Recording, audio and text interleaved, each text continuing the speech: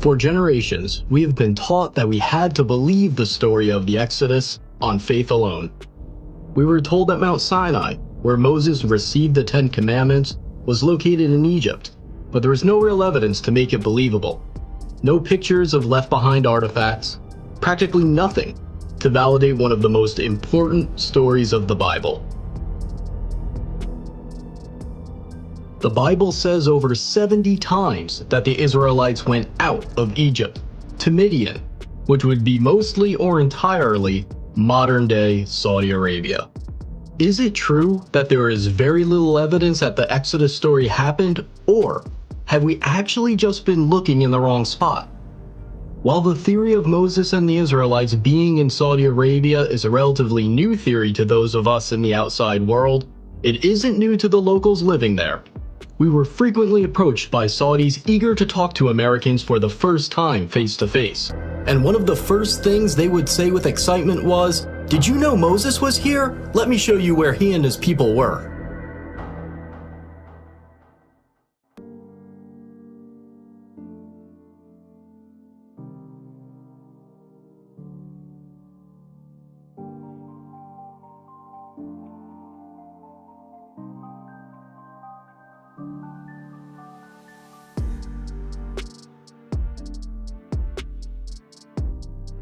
The tradition that the mountain in Egypt's Sinai Peninsula is Mount Sinai only dates back to the 4th century AD. New research based on Jewish, Christian, and Islamic sources indicate that there is a tradition that is 600 years older, and according to that tradition, Mount Sinai is in northwest Saudi Arabia. This other tradition points to Jabal Makla, a peak on the mountain range known as Jebel al-Lawz, as the true Mountain of Moses. Several historical sources, including Josephus, recorded that Mount Sinai is the highest mountain near a city that is today called Al-Bad. Locals refer to Jabal Makla as Jebel Musa, the Mountain of Moses. So you call this one Jabal Musa? Jabal Musa. One of the distinguishing features of this mountain is the blackened top that you can see right behind me. The Bible says that God descended upon Mount Sinai as a fire. The blackened peaks stick out from the surrounding areas, and the rocks are only black from the outside. Researchers disagree as to whether the blackened rocks are actual evidence of God descending upon the mountain as a fire like the Bible says, or whether it's natural volcanic rock. A small handful of Americans tried to sneak into this area in the late 1970s and the 1980s. They were arrested, and their photos and videos were confiscated by the Saudi police. Their evidence was lost. However, images and videos slowly began leaking out to the outside world. According to those who snuck in and were arrested, these sites were being kept secret by the Saudi regime, a theocracy that hid them from the world using fences and police and the threat of force. As I tried to understand why the Saudis were hiding this important site, I began reaching out to sources in the Islamic world. For 15 years, I've been in the fields of intelligence, counterterrorism, and international relations, and one of my best contacts had a story to tell. He used to belong to a jihadist group, and he even had meetings with Pakistani intelligence and close associates of Osama bin Laden. And now, he's speaking out for the first time. When I was in the jihad world, we all knew that the Mount Sinai was in Saudi Arabia. The people on the outside, even most Muslims, had no idea that it was there, because we fighters didn't want anyone to know about it. We all knew that the Saudi government hid it and protected it with security, and we all agreed with it. We believe that if a site, even a holy site, is visited by people and used for idolatry, it should be destroyed. But our hiding it, according to the Islamic law, is what saved it, so you can see it today and appreciate it.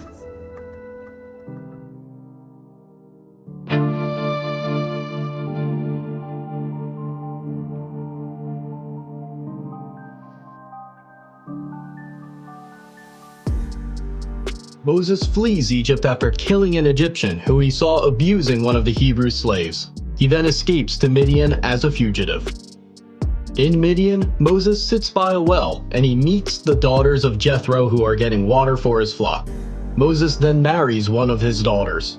We are in the ancient land of Midian right now, near the town that locals describe as originally being the land of Jethro. When we visited this area, multiple Saudis approached us to tell us this is where Jethro and Moses resided. They excitedly pointed to an ancient well that is fenced off and marked as an archaeological site. The Saudis have long believed that this is the well where Moses met the daughters of Jethro, and Muslims from around the world come to see it.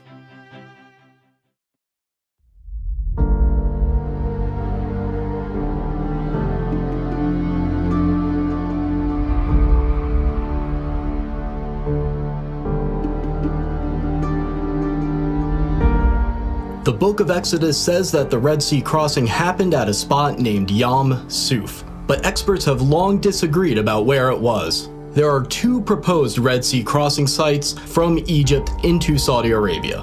The first candidate is at the Straits of Tiran, at the bottom of Egypt's Sinai Peninsula. The second candidate is at Egypt's Nuweiba Beach. Dr. Glenn Fritz, who has a PhD in environmental geography, conducted a massive study of the land and all the historical references about where the crossing happened. He found only one exact match: Egypt's Nuweiba Beach.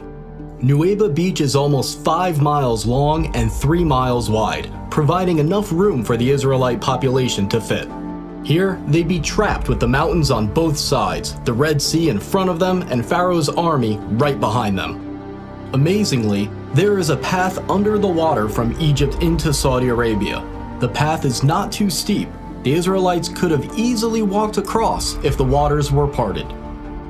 Underwater research by Dr. Leonard Moeller showed strange shapes in the coral, leading some to believe that the remains of Pharaoh's army are there. According to this theory, the coral wrapped around the debris from Pharaoh's army and retained the shape of the objects after they dissolved. When they brought a metal detector down to the coral anomalies, the readings were consistent with circular patterns of metal resembling the parts of chariots. We had planned to dive near the possible Red Sea crossing point because it's a public diving site with stores where you can go and rent diving equipment. But we weren't allowed to. The Saudi police showed up, and they stayed with us until we left.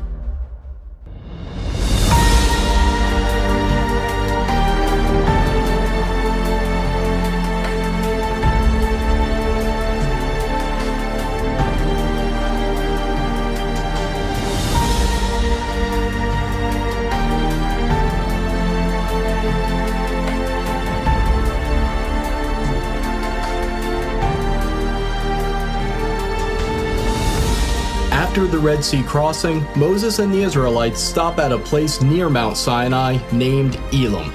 Desperate for water, they find a unique location with 12 wells and 70 palms. Along the path to the possible real Mount Sinai, there is a match for Elim with many palm trees and, to this day, 12 wells. Saudi locals pointed us to this location and specifically referred to it as Elim.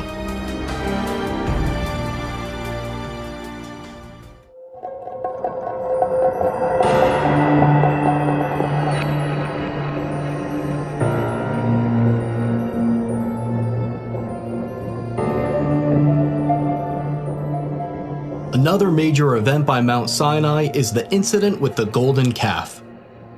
While Moses is up on Mount Sinai, some of his followers begin worshiping a golden calf. They place it up on a stand and begin worshiping around it, and they set up an altar in front of it. When Moses comes down from Mount Sinai, he destroys the golden calf and sprinkles its remains into the river that comes down from the mountain. Here, in front of the mountain, we have the remains of what may have been that golden calf worship site. Now behind me, in this fenced-in archaeological site that the Saudis are protecting, you see both a stand with many petroglyphs of cows and people worshiping cows, as well as a structure that is slightly lifted that may be the altar in front of the golden calf stand. There's a sign in Arabic and English warning intruders against going into the area. The local tradition that this is where the golden calf was is so strong that if you approach it, you'll be suspected of searching for gold. According to the Bible, the worshippers of the golden calf say, "These are your gods, O Israel." This verse indicates that there are multiple depictions of bulls as the Israelites are worshiping the golden calf. On the top of the stand where the golden calf would have been placed, there is a circular indent where the rock has been worn down. It's speculated that this is where Moses grounded the golden calf into powder. After Moses destroys the golden calf, 3,000 of the golden calf worshippers are killed, so there must be a spot where thousands of people were buried. About 4 miles from this site, there's a massive ancient graveyard. It appears to be a mass burial site where the graves were dug all at once. It's located just outside the plain where the Israelites would have camped, so it's exactly where it should be if this is where that story took place. Here too, the Saudis have a sign identifying it as an archaeological site, and it's patrolled by police.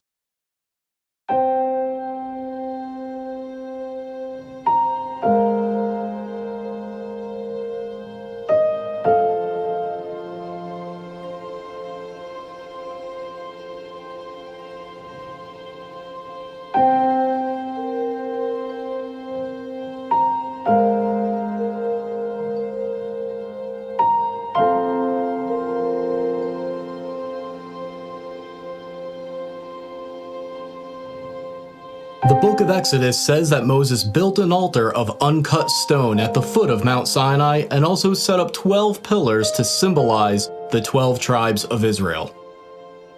Right here at the foot of the mountain, we see this structure that resembles an ancient altar.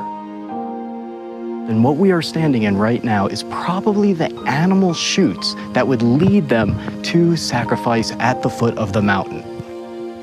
The animal chutes lead to this area of the structure, which may have been the slaughter platform for animal sacrifices. The Saudis, of course, say that this has nothing to do with Moses, but they admit that they found animal waste and bones underneath this area when they dug. People who have been to this site decades ago say that this site used to be much cleaner, and you could more clearly see the remains of about 12 pillars, as well as a stone platform that they would stand on. Near the altar and the 12 pillars, Moses reads to the Israelites the Book of the Covenant, and they agree to it. This means that Moses probably had a spot right above the altar that served as a stage in order to address the people. Right above this area with the altar and the pillars, there is an area that could have been a perfect spot for Moses to be seen and heard when the covenant is made. A Saudi local actually pointed to this part of the mountain and showed us how Moses' voice would have echoed like he was speaking in a natural amphitheater.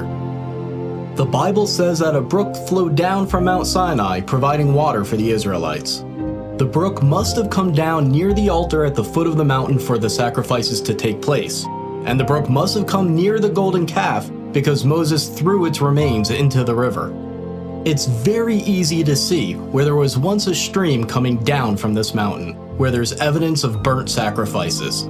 It then ends up near the possible golden calf worship site. There's even evidence of wells around the area where a pool of water would have formed, proving that a large population once lived there. According to the Bible, the prophet Elijah travels to Mount Sinai, and once he gets there, he goes into a cave, and that's where he talks to God. The real Mount Sinai must therefore have a cave that is accessible, safe, and suitable for sleeping. This cave above the altar is about 15 feet high, 20 feet long, and 20 feet deep. If this is the real Mount Sinai, then this is almost certainly the Cave of Elijah.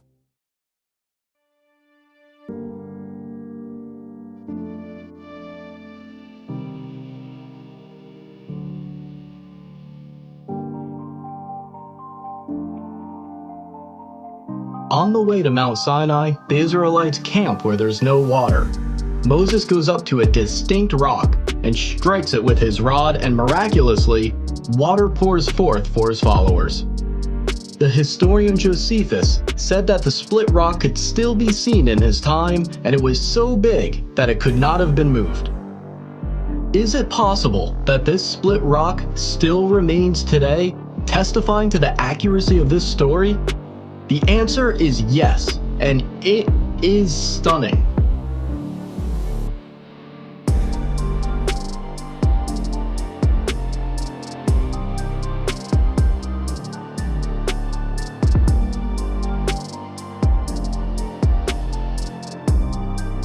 This split rock was first discovered by Jim and Penny Caldwell, an American couple that was working in Saudi Arabia in the early 1990s.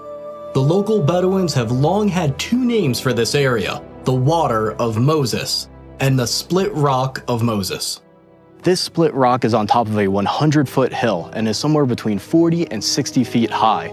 And what's really amazing about this specific location in the valley along the possible route to Mount Sinai is that the rocks underneath the split rock are smooth, as if tons and tons of water poured forth, forming a miniature lake at the bottom for the Israelites to drink from. If you have a relationship with a local, they'll tell you that this area is related to Moses, but the Bedouins that live here will try to keep you out. We saw this firsthand as we were chased out of the area. Okay, so we are flooring it. We're gonna see if this guy follows us. We heard 2 gunshots. This guy's like, doesn't really want to party.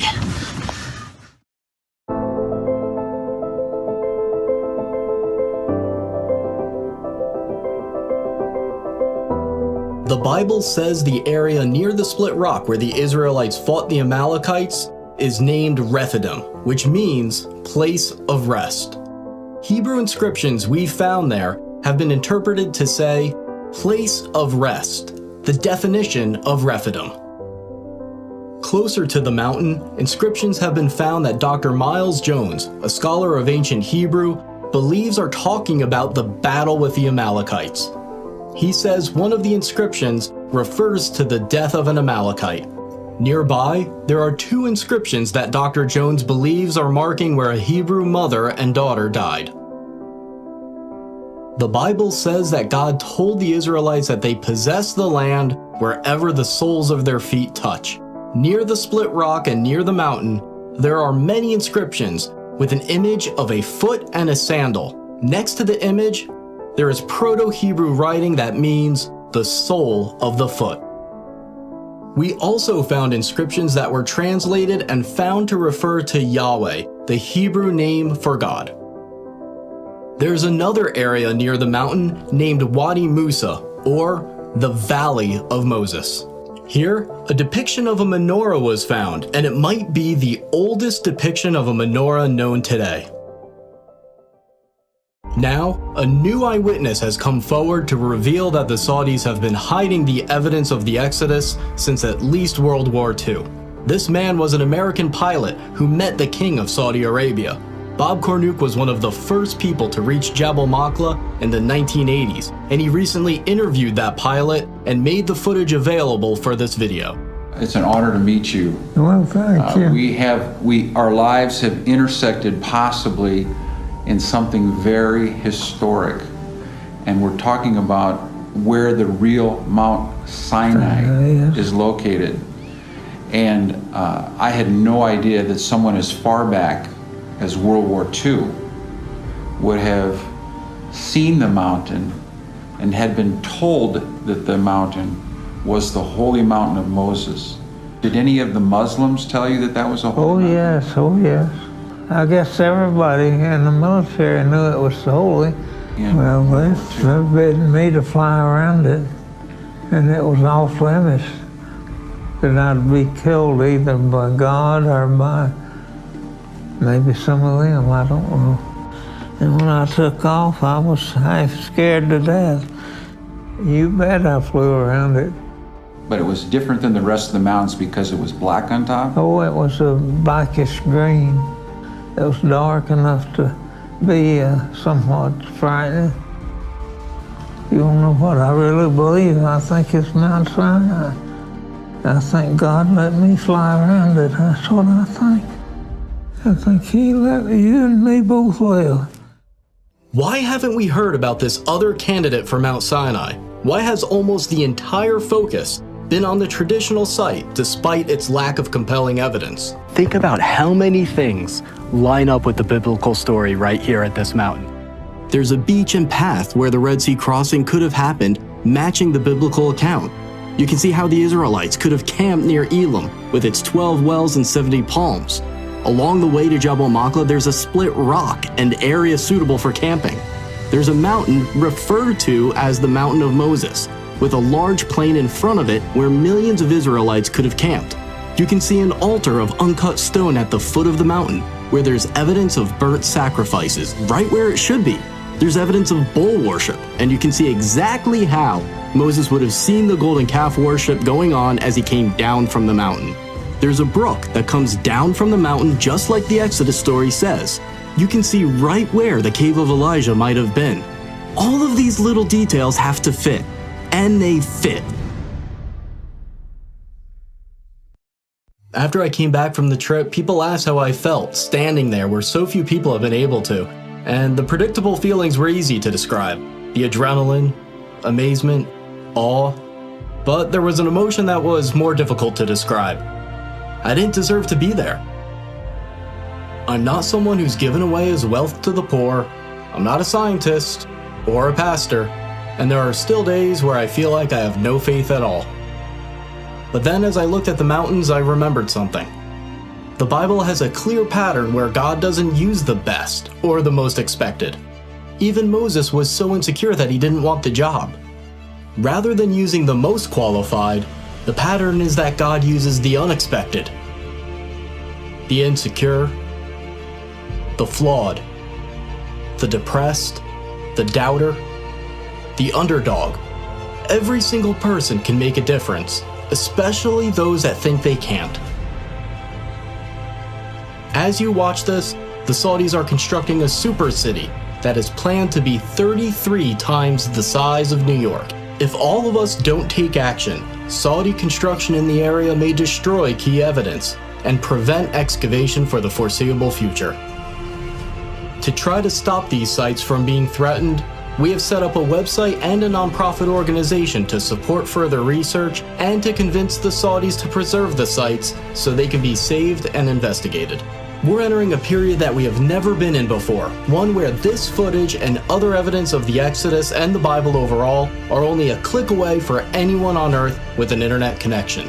And as these sites are revealed, it will change the Middle East forever and impact the billions of people who follow Judaism, Christianity, Islam, and those with no faith at all.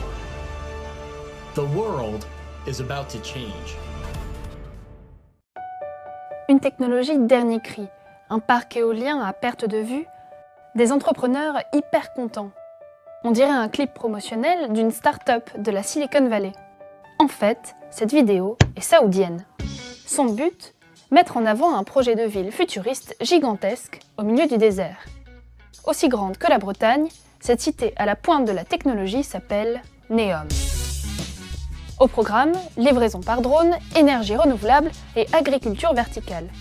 Mais le plus étonnant dans la vidéo, c'est ça.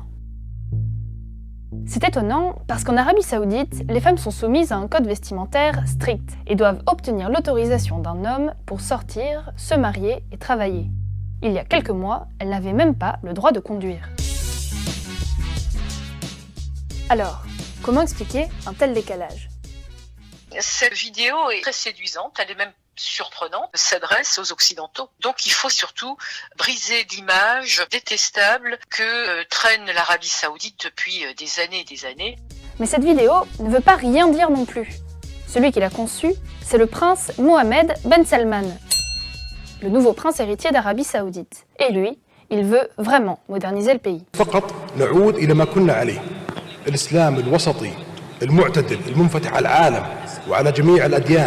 C'est quelqu'un de très ambitieux, c'est quelqu'un de fougueux.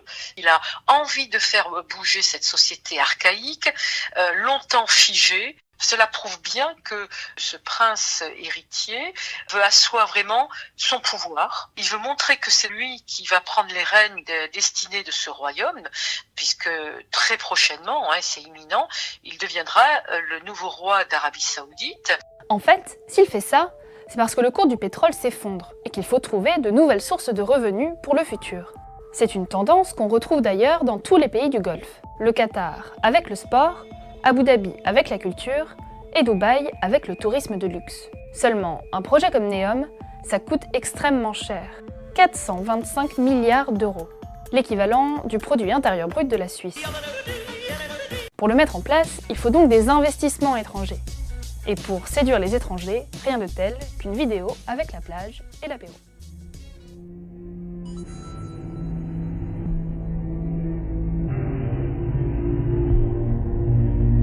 Neom.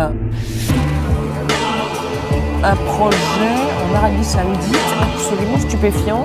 Peut-être un cauchemar, mais je ne sais pas. Racontez-nous. On verra ça plus tard, en 2050, oui, quand la ville de Neom sortira